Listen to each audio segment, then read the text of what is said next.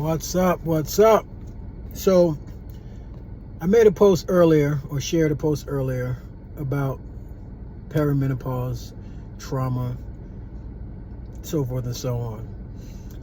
And it makes me wonder, like, as a kid, as a young man, as a man, I've always heard people talk about, women when they're going through their cycle, how they have these mood changes, and some women, they say leave them alone, just let them get through that time period or whatever.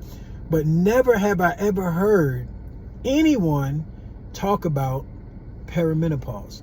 So I want to give you guys, I'm talking to the men right now, I want to give you guys the most valuable piece of information I've probably ever given you. And that is, especially if you're involved with or married to a woman, approaching her 40s, in her 40s, what have you. Like, be aware of perimenopause.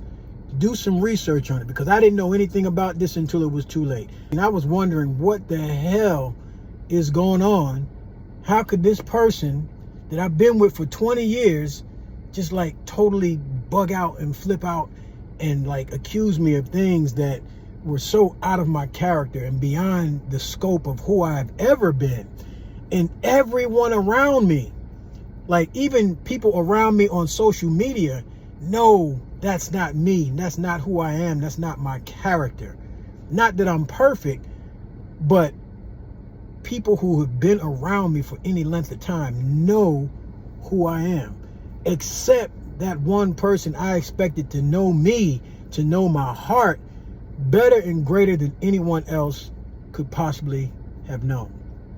And so I didn't learn about the detrimental effects that this thing they call perimenopause can have on your relationship until it was too late.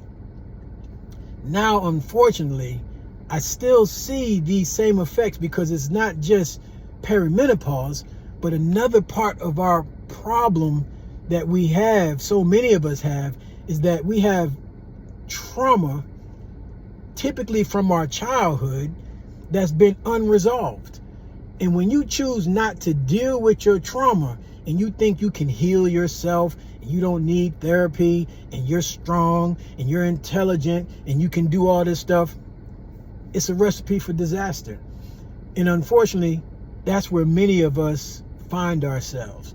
On one end or the other of that spectrum, either you're the person with perimenopause dealing with these things, and you're the person with unresolved trauma destroying everything in your path that's meaningful to you, or that has been meaningful to you, or you're the recipient of someone's behavior and it destroys everything that you've worked hard for, however long you've been working for that situation. And here's the last part to it. So many people that these people find themselves around, the people they surround themselves with, the people who love them, who look up to them, who are close friends and family members with them, they don't do shit. They act like it's normal. They act like this person is fine. This person is okay. Nobody thinks to talk to this person and let them know, hey, look, you need to get some therapy. Like, I see things from the outside that you might not be able to see, and clearly something's not right. You need some help. Nobody does that. They just choose to be silent.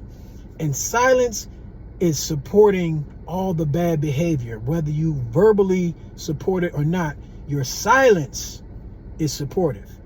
And if you call yourself a good friend, or a good parent, or a good relative, it's your obligation and responsibility to help those who you recognize need help, even when they try and pull the bell down and keep you from thinking anything is wrong. If you're a close friend or family member and you've been paying attention, you know when some shit ain't right.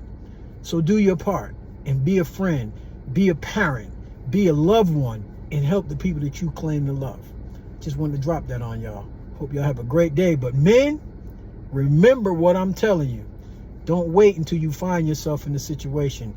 Research perimenopause, especially right now, and apply what you learn to help you get through what you're about to go through. I'll holler at y'all real soon. Peace.